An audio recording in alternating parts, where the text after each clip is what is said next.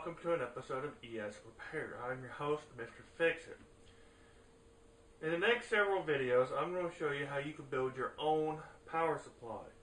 Many of you, like me, are hobbyists, and it wouldn't hurt to have yourself a power supply handy, especially if you need to test things, such as experimental circuits, or if you need to test transistors or diodes, or anything else that deals with either hobbyists or repairs that you're wanting to do.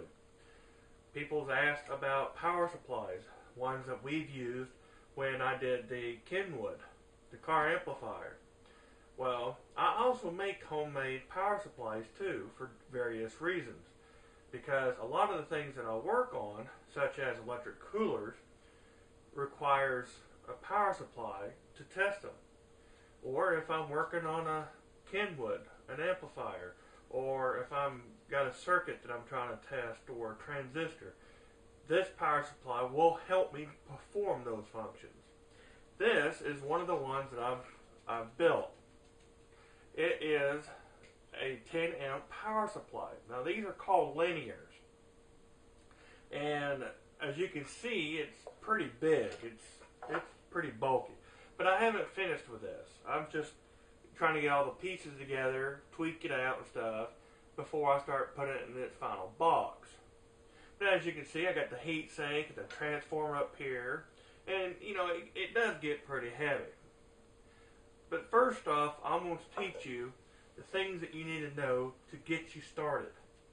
And then as you progress, you can build more and more complicated power supplies. So next, I'm going to show you the things that you need to know to get started. Okay, now one of the first things that we're going to do to get you a unregulated power supply, this is about as basic as they come.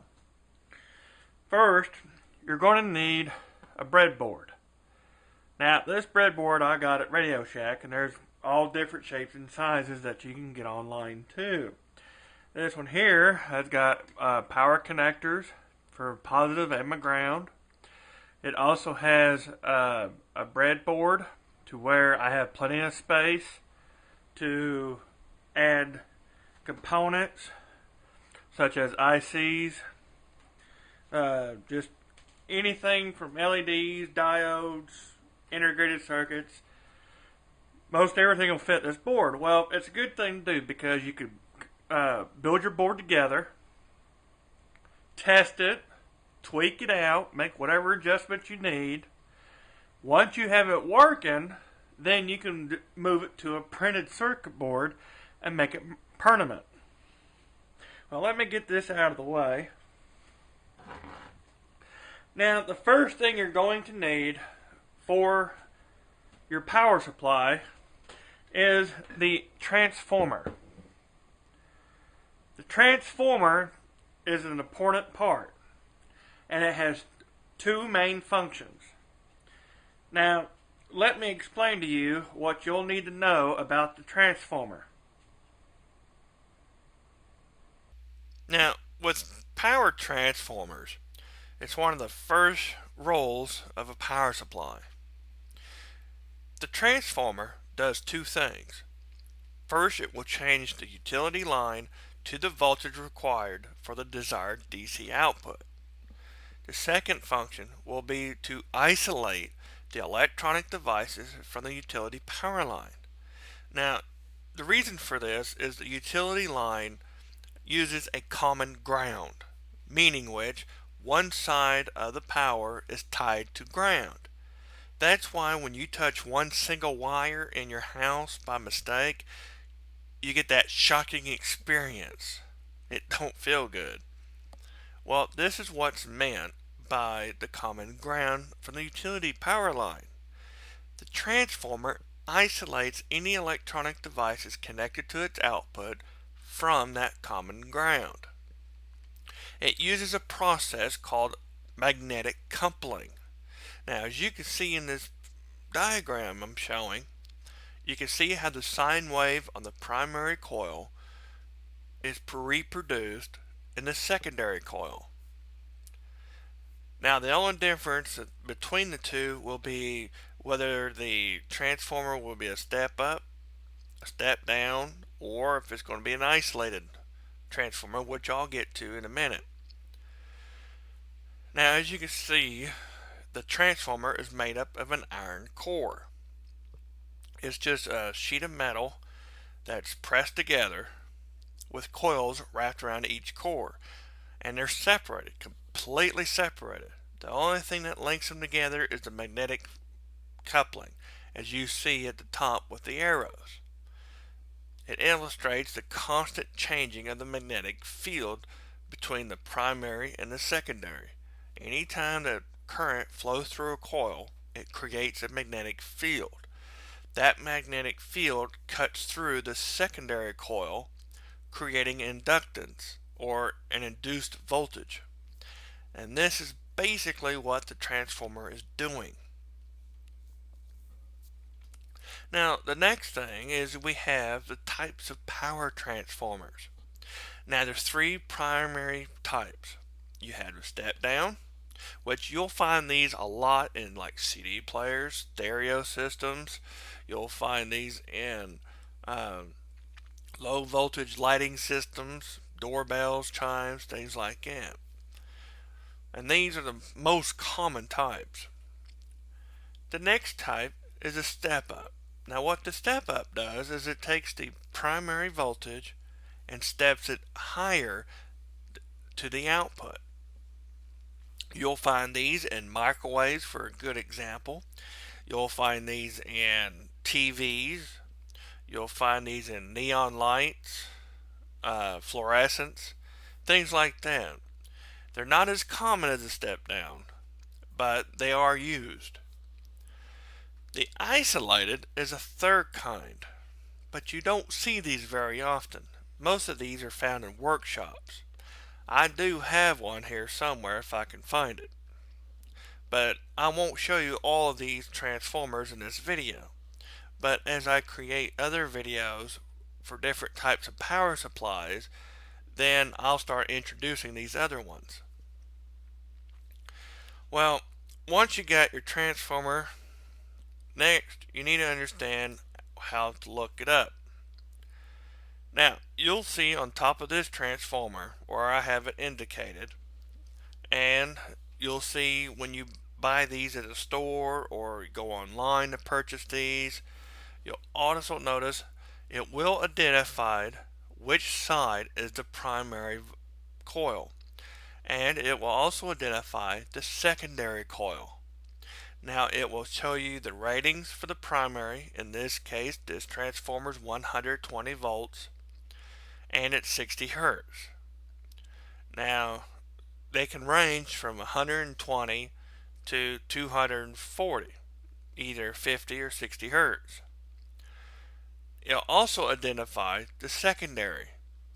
Now this secondary here identifies it, and they do have these abbreviated. Either they'll say primary or PRI, or they'll say secondary or SEC.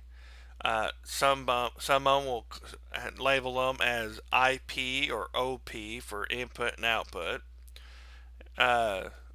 Some of them, if they have a center tap, which I'm showing an illustration of one, they will either spell it out like 6.3 to 0 to 6.3, or they'll just tell you the whole voltage of the transformer, which in this case is 12.6 volts, but they'll add the CT next to it. That stands for center tap. Now, center tap refers to the third wire, and this wire, which is on this transformer, is black wire and two yellow wires. The black wire is a center tap. It identifies the common of the coil, which I have listed here as 0 volts. The center tap is nothing more than a wire that is connected to the coil, which splits the coil in half. Now, as you can see, if I took the black wire to a yellow wire, I will get 6.3 volts AC. The same thing if I took the black wire and the other yellow wire. Same voltage. But if I were to use both yellow wires, I would get 12.6 volts AC. This is what center taps do. Now, there are transformers that have multiple secondaries, multiple taps, multiple primaries, things like that, but I'll introduce those as time goes on when I make other videos for power supplies. Now, the next thing we need to talk about is the diode. It's called the Rectifier Diode. Most of these are made of silicone. Now, to the left, I have a picture of a typical diode. Now, this diode is rated at 6 amps. Now, the symbol above it is what is identified for a diode. And I also see I have they're marked. The anode, which is a positive, and the cathode, which is a negative. Now, the anode, in layman terms, is where the voltage goes in the diode, and the cathode is where the voltage comes out of the diode. Now, forward voltage is the minimum voltage needed before the diode will conduct current.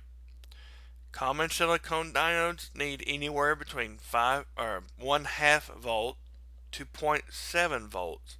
Now, this causes a voltage drop across the diode due to the high resistance, which I will demonstrate here in a moment. Another thing you need to keep in mind is the peak inverse voltage, the maximum voltage applied to the diode in reverse bias before damage occurs. And by exceeding this peak inverse, it will damage the diode. Now, with the two diagrams on the bottom, I illustrate what I am referring to when it becomes forward bias. Forward bias is normal operation. Reverse bias you'll see a lot in power supplies because the alternating current's changing polarity. Now, it don't hurt these unless the peak inverse voltage is exceeded. That's the only time these diodes will be damaged.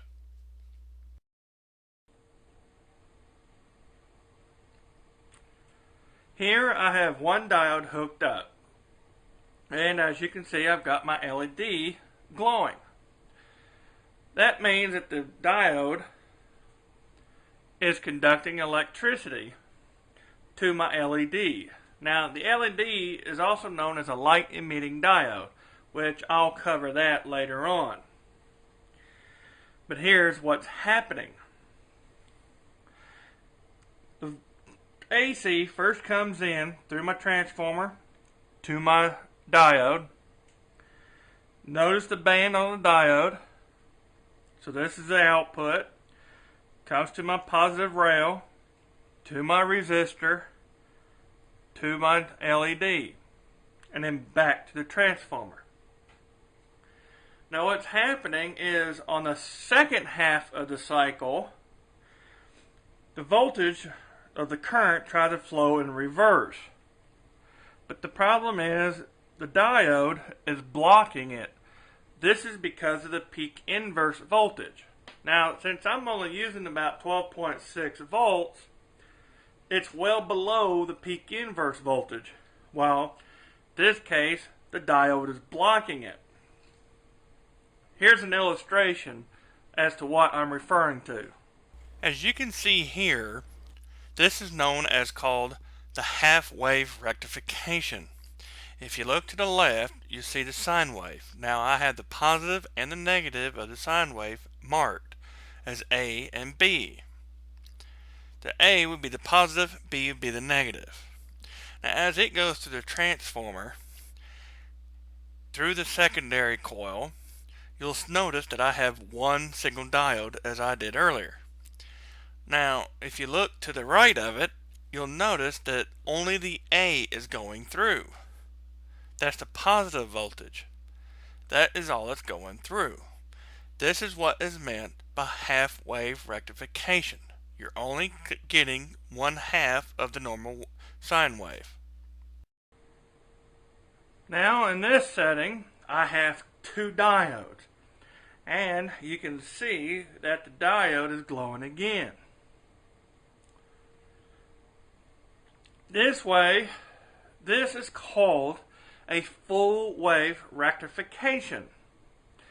The reason for this is because now I can capture both the positive cycle and the negative half cycle of the incoming AC. Now, this is why it's so important that you want a full wave rectification. Now, because I'm using a center tap, I'm using half the voltage. Now, watch what happens when I remove one of the wires.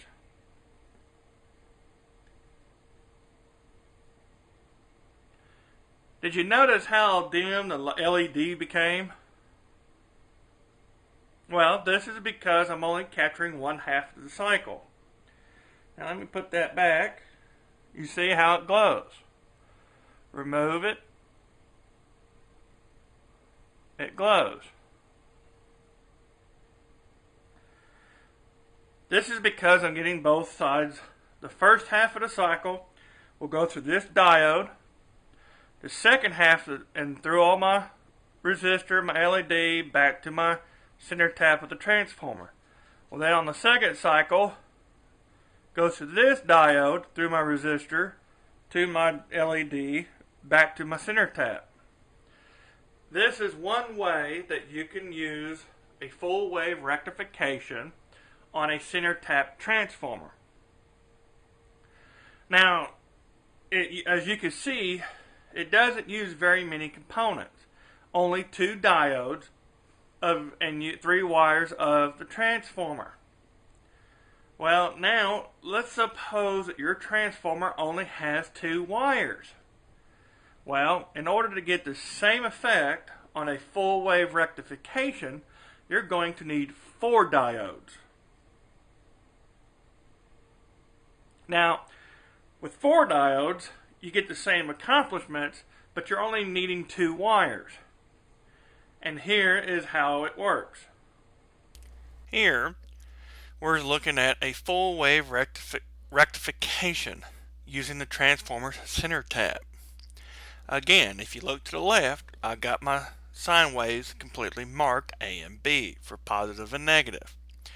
To the right, you'll notice in the center I have my center tap marked with the negative sign. That's my center tap. This is what splits the coil in half. Next time I have 2 diodes. This comes in handy when you have a 3-wire secondary on a transformer. If you'll look, now you can capture both sides, the positive A and the negative B sine wave, or the voltages. This is one way to do a full wave rectification. Now, here I'm using 2 wires of transformer, but I'm also using 4 diodes. Now, this is also known as a full wave rectification 2. The difference is that the transformer only has 2 wires. The other one only had 3 wires. Now you see the difference. Using the center tap, the voltage was cut in half.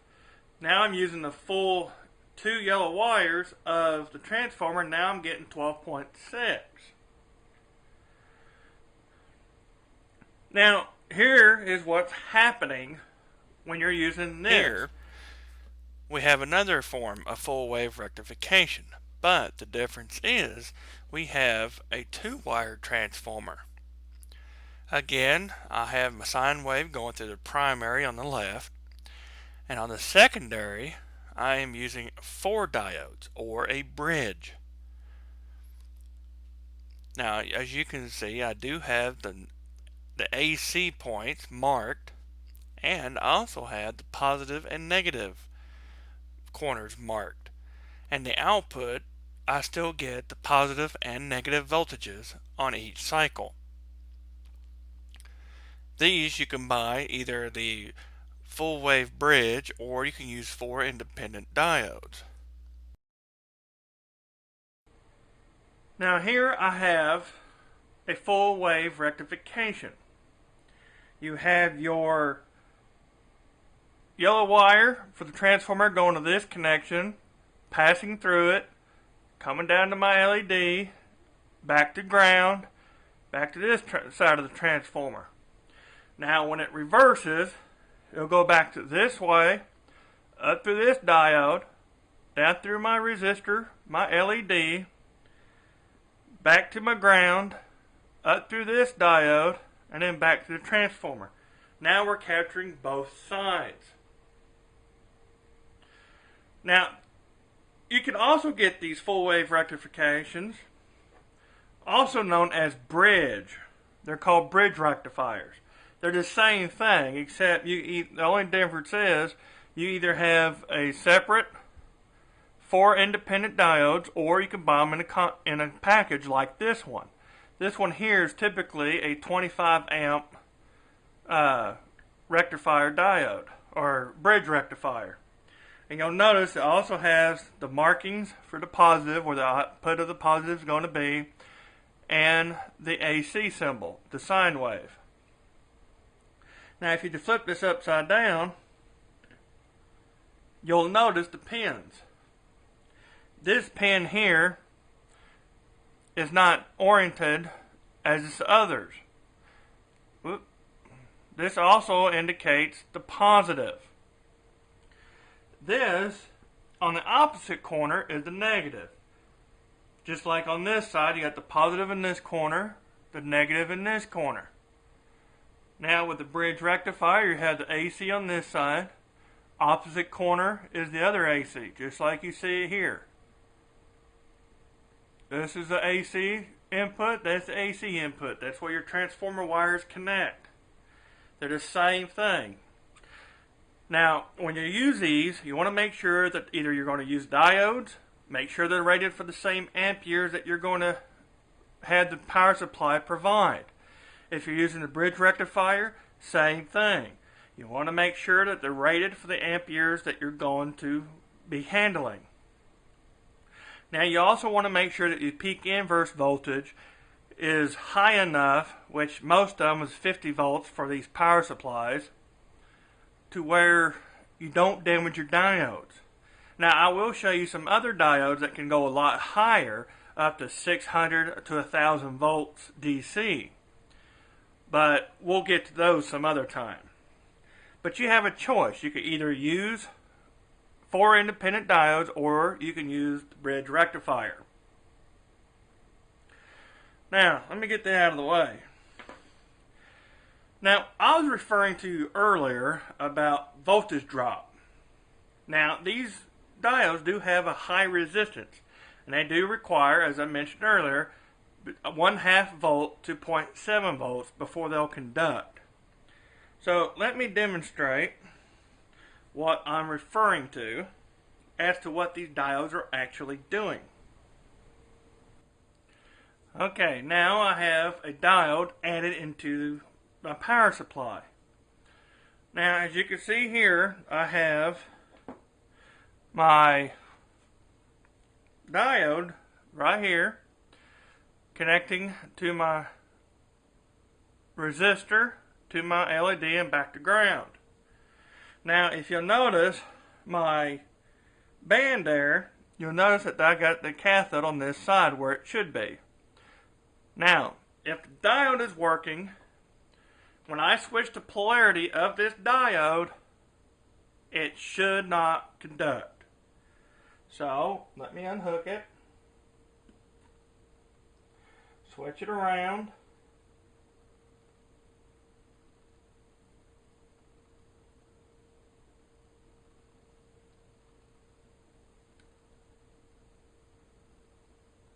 and there you go. As you can see, the diode is not conducting. That means that this diode is good. Now, because I'm only using like 12.6 volts, it's well within the peak inverse voltage. And this diode will not conduct. This is what happens when the polarity of the incoming AC changes. When it becomes negative, it causes it to block it. Now, let me show you about the voltage drop that I mentioned earlier. Let me turn this back around so it can conduct again.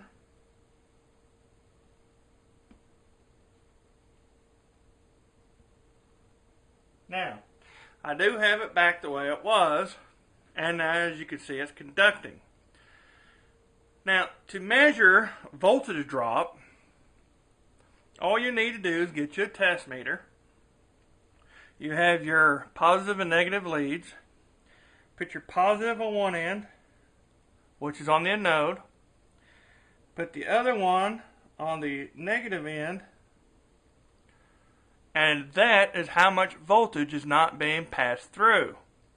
6.25, or well, 0.625, my bad. That means that this diode is requiring just over 0.6 volts before it conducts. This is known as a voltage drop. And again, let me go to ground. Now we're seeing the output voltage is 11.6. Well, if you were to check that on the other side of it, you'll also notice that the voltage had dropped.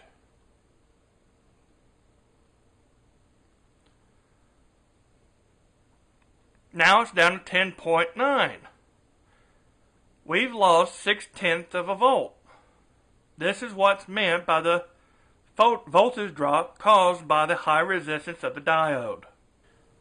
Next thing we're going to discuss is filtering. Now, because we're converting AC into DC or direct current, we have another problem. Because the voltage is constantly changing polarity, or I should say the current is changing polarity, you have what's known as ripple voltage. And it is common. And it's the side effect of converting AC into DC. Because the voltage is constantly going up, from positive back to zero, and then from zero to negative, back to zero again. Well, the diode also adds another effect, and that's because of that voltage drop. Once it reaches below 0.6 volts, it cuts off. And it's going to stay off, there's no power, until the diode reaches back up to 0.7 to turn back on and run through the cycle again. There's that ripple voltage. Well, let me give you an idea of what I'm referring to. Now that I've showed you what goes on with the diode, now we have another problem to fix. Now, let's say you're sitting there, you're listening to your stereo, you're jamming away to your favorite song. Well, what if you had this come across your speakers? Now, is that annoying or what? That noise is what your power supply is doing. The purpose of this is because the diodes are converting AC into DC. Well, because the voltage is constantly going up and down, and because the diode is shutting off when the voltage falls below 0.6, well, this is the noise that it generates. So how do you fix it? You have to use a capacitor. Now, a capacitor also acts like a filter. Now, it's kind of like a battery, except it doesn't hold its charge like a battery does. It practically absorbs energy and holds it. Now, watch what happens when I remove this capacitor from the board. Watch the LED light. Now, the LED light will go a little dimmer. This is because it's happening so fast. Of course, you may not see it on the video, but it's happening so fast that it looks like it's dim. Well, when you add the capacitor into the mix, the LED would brighten up because the capacitor when the voltage starts to drop back to zero, the capacitor tries to compensate. In other words, it's starting to pump out a charge that it's stored into the power supply. Now, it will continue doing this until either it receives the next pulse, which is the negative half of the cycle, or until the capacitor goes completely dead. So, here's some information as to show how this is actually working. Now we're back to my board here, and as you can see, I still got my capacitor hooked up. Now, remember that ripple voltage I was telling you about? That noise, that big irritating noise? Well, I'm going to put a very big capacitor on here. Capacitors will depend on the amount of current that you're going to be pulling as to how effective they can filter out the noise.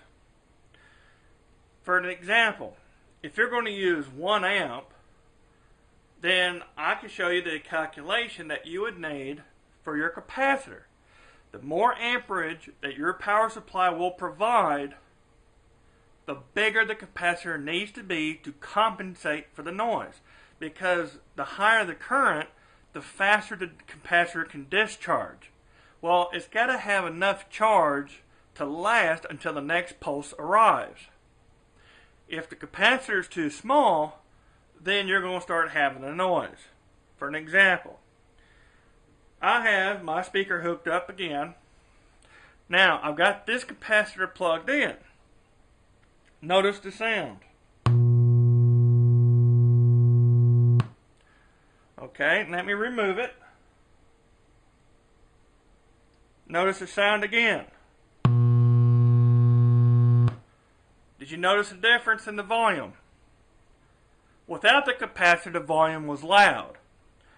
With the capacitor, the volume was lower. That's because the capacitor is trying to absorb the energy and then tries to release it. But because the current is greater than what the capacitor can keep up, it's not completely filtering out the ripple voltage. Now, I've got my speakers designed and set up to where they'll pull 0.8 amps, which is just below what my diode can handle. Now, the LED will continue to pull the rest of it, so I'm actually right at about 0.9 to 1 amp, which will not hurt my diodes. Now, what happens if I increase the capacitance? Well, I'll show you. Let me hook up my capacitor. Remember that big one I had? You hook the ground up to it. Now, when you hook these capacitors up, they only need to go to the positive and negative. You'll notice, as this right here has got the negative sign and the arrow, it points to the negative side of the capacitor. Now, these are known as electroacrylic capacitors, and they are polarized, meaning that they only can be inserted into the circuit a certain way. If you hook them up backwards, it will damage them and possibly burn up your power supply. So you want to make sure these are inserted correctly.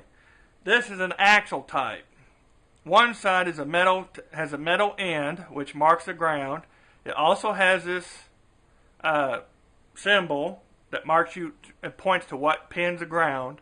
The opposite side, which you'll see, has a rubber piece on these axles. That is your positive. Now, there are radios which stand vertical. They also have the marks that shows the negative symbol to show which pin is the ground or negative. Now, if you buy these new, the one that has the longest pin is also positive. Now, let me hook up my large one. As you can see here, I've got this one all connected up to where it belongs. Now, all these do is just hook up to the positive of your power supply. Now, let's see if it made any difference to the ripple noise.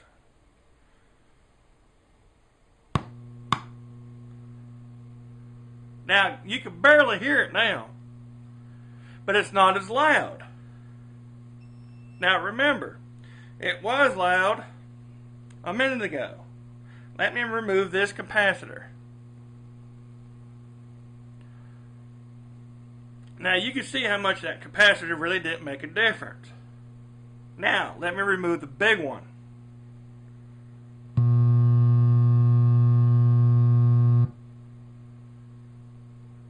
Now you see the difference between the two. Again, without and with.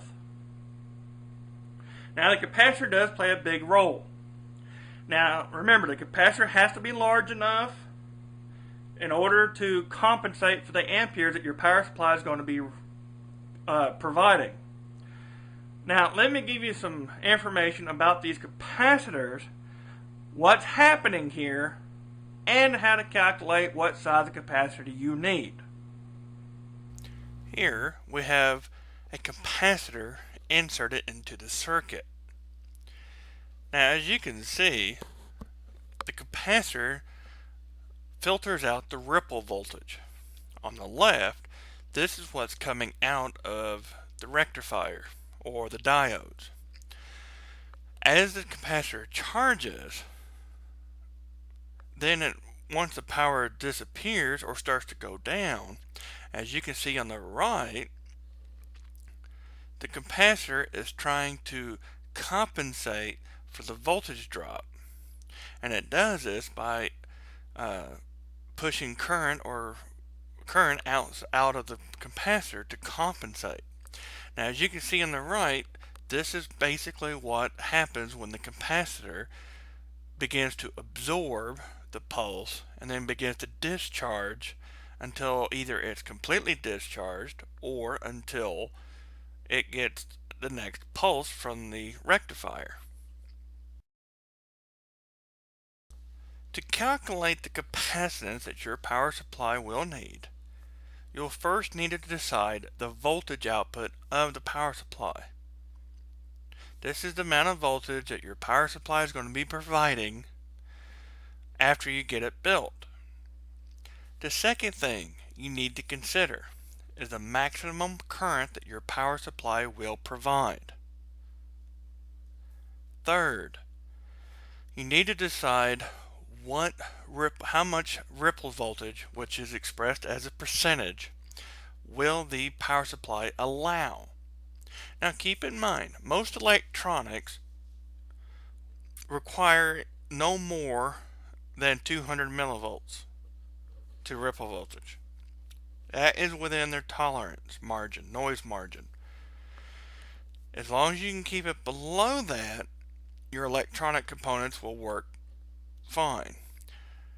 So what we're going to do is use 12 volts DC, which for an example I'm going to use 12 volts DC. This is what the power supply is going to be. Now let's use 1 ampere. This is what the power supply will provide. Now you have to convert it to milliamps, and you'll see later on as to why. But keep in mind that 1000 milliamps equals 1 amp. So third, I'm going to say I want my ripple voltage to be no more than 0.7%. Now for best results, you want it to be no more than 1.5% or 200 milliamp or millivolts, whichever is less. So let's use these to do a demonstration of how you would calculate the capacitance that you'll need for your power supply. Now, to calculate the ripple voltage that you're going to allow, multiply 0.7 times 12 volts DC. Now you get 8.4. Now we'll take 8.4 and divide that by 100. 100 is a constant. It don't relate to anything, it's just a constant. You'll get a total of 0.084 volts, or in other layman terms, it's 84 millivolts. Now, this is well below electronic components tolerance. Next, we need to decide the capacitance. Now we know what the ripple voltage is going to be. Now we need to decide the capacitance to maintain that ripple voltage at 1 amp or 1000 milliamps. First thing you do is take 2.4, which is also a constant number, and multiply it by the milliamperes. Okay, we know the milliamperes is 1000. Then you divide that number by the ripple voltage, which we determined was 0.084. Now you can substitute this if you wish, as long as it's below 200. Now 2.4 times 1000 is 2400. Next you divide that by 0.084, and your answer becomes 28,571 microfarads. This is the capacitance that your power supply must have to maintain 84 millivolts of ripple voltage at 1000 milliamps or 1 amp. Now, if we were to substitute the ripple voltage with 200 millivolts or 0.200 volts, the capacitance required would only be 12,000 microfarads. So you can see there's quite a bit of difference. It depends on how much ripple voltage you're wanting to allow into your power supply. Now, for best results, allow no more than 1.5% or 200 millivolts ripple voltage, whichever is less. Now let me summarize the things that I've talked about. I showed how to identify transformers and the different types of transformers. Explained to you what center tap was. Explained to you how the primary and the secondary works, the functions of the transformer, and we also discussed about the diode and bridge rectification, rectifier diodes. We've talked about capacitance and how capacitance affects the ability to compensate for the ripple voltage when the alternating current changes polarity. Well, I hope this video was helpful. I got me a power supply here to work with. I will be building others in the future. This is just your basic unregulated power supply, which does mean that if the input voltage or your house, the power source, changes, then your power supply will also change. But later I will be showing you other power supplies that you can build. But this was the basics to get you started.